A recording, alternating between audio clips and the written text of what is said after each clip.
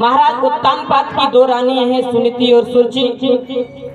लेकिन सुनीति जो सु माने सुंदर, नीति माने विचार, जिसके विचार ही सुंदर हैं, और सुरुचि जो अपनी रुचि पे चले। क्या नाम है?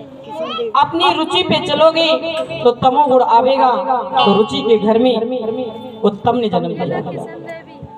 और इसी बीच हमारी माता जी की कर कमलों से इस भागवत में श्री किशन देवी, श्रीमती किशन देवी जी की ओर से 500 रुपया दान होते हैं। तालियों के साथ सम्मान करेंगे। बोली वृंदावन जय जय। प्यारे, थोड़ा थोड़ा करने से बहुत हो जाता है। आप लोगों से यही विनती है, निवेदन है मेरा, इसको विशाल और भारी।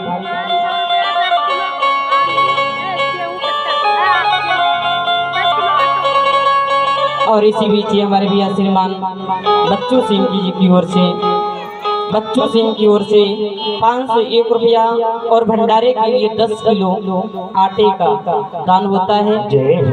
राधे। प्यारे, दक्षिणा आपकी है वो व्यवस्था के लिए, और भंडारे की जो अलग से आप व्यवस्था कर रहे हैं, कोई आटे की, कोई तेल की, कोई मसाले की, तो ऐसे ही इस भंडारे का भी व्यवस्था हो जाएगी। और इसी बीच हमारे भैया श्रीमान मेघराम जी की ओर से 501 रुपया दान होते हैं। इन सभी भक्तों के लिए जोरदार तालियों के साथ सम्मान करेंगे। परमात्मा सद्बुद्धि दे, जीवन का कल्याण करे, और ये धर्म के कार्य हमेशा आगे चलते रहे, ऐसे धर्म के लिए हाथ बढ़ाते रहे। श्री राधे राधे श्याम। प्यारे, प्रसंग पर आएंगे। जो धर्म पर चलता है उसको परेशानियां होती हैं। सुनीति इतनी सुंदर विचार की है, और सुरुचि ने महल से निकाल दिया। सुंदर से बालक का जन्म दिया, नाम ध्रुव रखा गया। एक दिन ध्रुव महाराज खेलते हुए बड़े पिताजी के पास पहुंचते हैं। पिताजी ने गोदी में बैठा था। सौतेली माने यानी मौसी ने हाथ पकड़ कर जमीन पे पटक दिया। बेटा रोने लगा, और जैसे गया, जैसे जाता है आज मैया के पास, तो देखिए जो सत्संग में जाता है उसके विचार इतने अच्छे होते हैं। उसके पुत्र को किसी ने मारा भी है, तब भी क्या समझाया? अरे बेटा, तुम्हारे पिता ये नहीं, तुम्हारे पिता परम पिता परमात्मा है। कहाँ मिलते हैं? हर जगह मिलते हैं। हर जगह बसा मेरा मालिक पर नजर आता नहीं, योग साधन के बिना उसे कोई पा पाता नहीं। जैसे अगर भगवान हर जगह है तो वो नजर क्यों नहीं आता? जैसे आप एक चीज जानते हैं, मैया हर किसी को एक बात पता है, ऐसे भगवान भी हर जगह पर है, पर दिखाई नहीं देते। कड़कड़ में बसा मेरा मालिक। ध्रुव की समझ में आया, कहने लगे माँ पिता से मिलने जा रहा हूँ, बेटा अगर अच्छा कर्म करे तो उसे बिल्कुल मत मना करो, गलत करे 100 बार टोको, और सही करे तो एक बार मत टोको, उससे उत्साहित करो। ध्रुव की माँ सुनीति कहती है, अगर बेटा तू चला जाएगा, मैं दुनिया से कह सकूंगी मैं ध्रुव की माँ हूँ। अगर बेटा अच्छा कर्म करता है तो माँ बाप अपना सर ऊपर करके कहते हैं ये मेरा बेटा है। अगर बेटा गलत कर जाए तो माँ बाप का सोते हो। जिसका पुत्र भगवान का भगत हो जाए, इससे अच्छा और क्या है? मैं दुनिया से ये बात कह सकूंगी मैं ध्रुव की माँ हूँ। बेटा कल जाता हो तो अभी चला जा, कल जाता हो आज चला जा, आज जाता हो अभी चला जा। कैसे मिलेंगे भगवान? किस जगह मिलेंगे? तो हरि व्यापक सर वत्री समाना, प्रेम से प्रकट होए मही जाना। भगवान हर जगह पर है, लेकिन प्रेम से प्रकट होता है। अगर तुम्हारे अंदर प्रेम है तो भगवान बंध भी सकता है, और अगर तुम में प्रेम नहीं है तो आए हुए राम वन को चले जाएंगे, और अगर प्रेम है तो अयोध्या में वन से जाकर भी वापस आ जाएंगे। अब जाने तो लगे, एक समस्या हो गई। जाओगे भगवान की भक्ति के लिए तो गुरु चाहिए, लेकिन ध्रुव ने तो कोई गुरु नहीं किया था। नारद जी रास्ता में मिल गए। नारद जी कहते हैं, बेटा जब तक गुरु नहीं करोगे तब तक तुम्हारी भक्ति अधूरी रहेगी।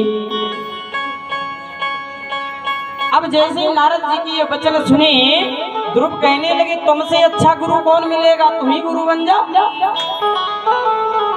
जब कोई सामने ऐसी बात आती है तो जो सामने वाला है, अगर तुमको लगता है कि ये हमारे गुरु के लायक है तो उसे गुरु जरूर बना। लेकिन जीवन में गुरु कोई ना कोई होना चाहिए, वो इच्छा तुम्हारी है, तुम किसको मानते हो। जैसे ध्रुव से ये बात कही तो ध्रुव जी बोले नारद जी से, प्रभु आप ही बन जाओ, मैं अंत कहाँ ढूंढूंगा, सामने आप ही आ गए तो मेरे गुरु आप ही बन जाओ। बजाओ ना, तेज बजाओ, राधे प्यारे। और जैसे ये ध्रुव की बात को सुना, नारद जी ने मंत्र दिया, द्वादश अक्षरों का मंत्र। इस मंत्र का जाप करना, भगवान तुम्हें मिलेंगे। और जैसे आज ध्रुव जी वृंदावन के पास मधुबन में एक ध्रुव टीला है, जो लोग घूमने जाते हैं 84 कोस परिक्रमा में, वो आज भी ध्रुव टीला के दर्शन करते हैं। वहां आकर के ध्रुव जी ने तपस्या किया। आइए उस मंत्र को हम भी जपें, आप भी जपें। ओम नमो भगवते वासुदेवाय। ओम नमो भगवते वासुदेवाय। ओम नमो भगवते वासुदेवाय। वासुदेवाय मेरो नंद नंदनाय। वासुदेवाय मेरो नंद नंदनाय। वासुदेवाय मेरो वासुदेवाय मेरो नंद नंदनाय। वासुदेवाय मेरो नंद नंदनाय। ओम नमो भगवते वासुदेवाय। ओम नमो भगवते वासुदेवाय। ओम नमो भगवते वासुदेवाय। पहला महीना पूजा का लगता है। ध्रुव जी फल खा करके तपस्या में लीन हो जाते हैं। 3 महीने तक यही चला। 3 महीने के बाद जब आंख खुलती है तो हवा खा लेते हैं, जल पी लेते हैं, वजन में लग जाते हैं। 6 महीने बीत गए, अब तो केवल अपनी सांस को रोक लिया। 9 महीने तक ऐसा भजन चला, और 9 महीने के बाद ध्रुव ने अपनी सांस को रोक लिया। और भजन में ध्वनि है, ओम नमो भगवते वासुदेवाय। ओम नमो भगवते वासुदेवाय। ओम नमो भगवते वासुदेवाय। ओम नमो भगवते वासुदेवाय। ओम नमो भगवते वासुदेवाय। वासुदेवाय मेरो नंद नंदनाय। वासुदेवाय मेरो नंद नंदनाय। ओम नमो भगवते वासुदेवाय। ओम नमो भगवते वासुदेवाय। ओम नमो भगवते वासुदेवाय। भगवान की तपस्या में इतने लीन हो गए, भगवान विष्णु का इतना ध्यान किया, त्रिलोकी की सांस ही रुक गई। इंद्र का इंद्रासन हिल गया, हवा बंद हो गई, देवता घबराने लगे। त्राइमम त्राइमम रक्षा करो। भगवान नारायण ने कहा, जब तक मेरा बेटा ध्रुव सांस नहीं लेगा तब तक किसी को सांस नहीं मिलेगी। वो सांस कब लेगा? वो जब हम दर्शन देंगे। जब हम दर्शन देंगे। देवता कहने लगे, तो जल्दी से दर्शन दो, दम घुट रही है। और जैसे ही भगवान सामने पहुंचे तो ध्रुव आंख बंद करके खड़े, और जैसे ही आंख बंद करके खड़े हैं, क्योंकि अंदर में भगवान के दर्शन हो रहे हैं, अंदर में भगवान के दर्शन हो रहे हैं, इसलिए आंख बंद करके खड़े हैं। भगवान ने सोचा हम यहाँ पर खड़े हैं और ये तो आंख बंद करके खड़ा है, भाई आंख ही नहीं खोल रहा है, कैसे खोलेगा? तो अंदर की झांकी को खींच लिया, एकदम से ध्रुव आंख खोल करके फड़फड़ाने लगे, कहाँ चले गए मेरे प्रभु, कहाँ है मेरे प्रभु? और जैसे देखा तो जो झांकी अंदर थी वही बाहर दिखी।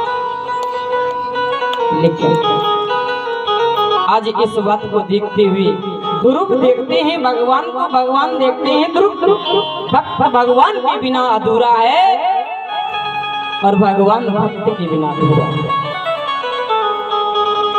एक दूसरे को देखते हैं, बोलने की इच्छा ही नहीं है। कभी ऐसा होता है दिल में बहुत कुछ होता है कि फलाने से ऐसी बात कहेंगे, और जैसे ही सामने पहुंचते हैं तो सब कुछ भूल जाते हैं। भगत का भाव भी ऐसा है। भगवान बहुत देर हो गई, भगवान ने मुस्कुरा दिया। क्यों? भगवान मुस्कुराने इस भोले भंडारी को देख लो, मैं इतनी देर से खड़ा हूँ, कुछ मांग लो, ये कुछ मांग ही नहीं रहा। भगवान को मुस्कुराते देखा तो ध्रुव भी मुस्कुरा गए। क्यों? क्यों? ध्रुव कहते हैं मुझे कुछ मांगना आवे तब तो मांगे, हम आप जैसे थोड़ी की मांगने की लाइन लगा, मांगने नहीं आता। भगवान की भक्ति तो निष्काम होनी चाहिए, जिसमें कोई कामना नहीं होनी चाहिए। ध्रुव के अंदर कोई कामना नहीं है, केवल प्रभु के दर्शन कर रहे हैं। इन दोनों को हंसते हुए देखा तो आज सुखदेव भगवान ने मुस्कुरा दिया। क्यों? क्योंकि सुखदेव भगवान कहते हैं, वारे ध्रुव, अगर ताने इस प्रकार तपस्या न की होती तो ऐसे दर्शन मुझे नहीं होते। और जैसे इस दर्शन की बात आई तो परीक्षित सुखदेव को देखकर परीक्षित मुस्कुरा गए, और परीक्षित को देख करके जितने कथा सुन रहे थे सब हंस रहे। क्योंकि वहां सबको आनंद की अनुभूति हो रही थी। यहाँ एक शब्द सामने आता है तो सबके हाथ से ताली बज जाती है। क्यों? क्योंकि वो आनंद का अनुभव होता है, आनंद का अनुभव होता है। ऐसी भगवान की चर्चा होती है। अरे ध्रुव अपनी तपस्या से सबको दर्शन करा दिए। भगवान ने कहा जैसे कि कुछ मांगो, मांगना आते ही नहीं, तो भगवान ने अपना हाथ कपोल यानी कि अपना हाथ ध्रुव की गालों से लगा दिया, और जैसे गालों से लगाई अंगुली तो स्वर पर ज्ञान आ गया। क्या मांगू? हे प्रभु मुझे कुछ नहीं चाहिए आपसे। भगवान ने कहा वो ठीक है, मुझे ये पता है कि तुम्हारे अंदर एक अंकुश जाग के बैठा है, तुम ऊपर से क्या कर रहे हो इतना माने नहीं है, लेकिन तुम्हारे अंदर क्या चल रहा है परमात्मा ये घट की जानता है। ध्रुव ऊपर से कह रहे हैं मुझे कुछ नहीं चाहिए, लेकिन अंदर में एक अंकुश जगह बैठा है कि सौतेली माँ को बैठ के गद्दी पे दिखाना है। तो भगवान ने कहा पहले अपनी इच्छा पूरी करो, जिसमें तुम्हारा मन लग रहा है पहले उस काम को पूरा करो, फिर मेरी भक्ति में आओ। वरदान दे दिया। 36,000 वर्ष राज किया, 36,000 वर्ष राज करोगे अयोध्या में, फिर मेरे धाम को आ जाओ। ऐसे छोटे से बालक को भगवान ने दर्शन देके जैसे विदा किया, आप देखिए ध्रुव पहले कहाँ गया? अपनी सौतेली माँ के पास। अपनी माँ के पास नहीं बल्कि मौसी के पास गया, जबकि मौसी ने ही पटक दिया था तेरे ये पिता नहीं। इस पिता की गोदी में बैठना है तो पहले भगवान से तपस्या करके मेरी कोख से जन्म लेगा तब बैठ पाएगा। इतना बड़ा शब्द कह दिया, और फिर भी जाकर के पहले अपनी मौसी से मिला, और जैसे मौसी ने देखा सर नीचे हो गया। लेकिन ध्रुव कहते हैं मौसी तुमने बहुत अच्छा किया, अगर तुमने अच्छा ना किया होता, उस समय इस प्रकार से मुझे जमीन पे न पटका होता, तो आज परमपिता परमात्मा के मुझे दर्शन नहीं होते। परेशानियां हमेशा ये सिखाती हैं कि मुझे आगे कैसे बढ़ा जाए। कभी परेशानी आ जाती है तो घबराने की बात नहीं है। विपदाएं हमेशा आगे चलना सिखाती हैं, परेशानियां हमेशा आगे बढ़ना सिखाती हैं। और जिसने परेशानी का सामना किया है प्यारे, वही अपना नाम रोशन करके रहेगा। जो हमेशा पालने में झूला हो, जो हमेशा एसी में सोया हो, उसी का इस पौधे की हवा समझ में आएगी? नहीं ना। अरे पूछो उस किसान के बच्चे से जो धूप में काम करता है, फिर वो पौधे की छाया में बैठ के क्या आनंद लेता है। आनंद तो उसी को मिलेगा बैठ के जिसने उसको अनुभव किया है। जो जानऊ देहु जनाई, जिसको जो जानना चाहता है परमात्मा कहते हैं उसको जनाते हैं, और जो जानना नहीं चाहता है तो ब्रह्मा की बुद्धि भी फेल हो जाती है। मीरा ने, सूरदास ने कोई पीएचडी नहीं की थी, और मीरा के सूरदास के पद पे लोग पीएचडी करते हैं। क्यों? इन्होंने केवल भक्ति अपनाई है। कोई पीएचडी नहीं की, कोई एमए की डिग्री नहीं की, कोई 100 बार स्नान नहीं किया, लेकिन फिर भी भगवान ने उनको जना दिया क्योंकि वो जानना चाहते। जैसे गूंगो गुड़ खाए मुख स्वाद न काहू बतावे, परमात्मा ऐसे हैं जो एक बार जिसको जना देते हैं उसकी वाणी विराम हो जाती है, वो संसार को बताने के लायक नहीं रहता। संसार को बताने के लायक नहीं रहता। जो दीवाना भगवान का है वो दुनिया से मस्ताना है, दुनिया से निराला है। पर मुझे अपना दीवाना, परमात्मा से एक ही बात कहो प्रभु, और मुझे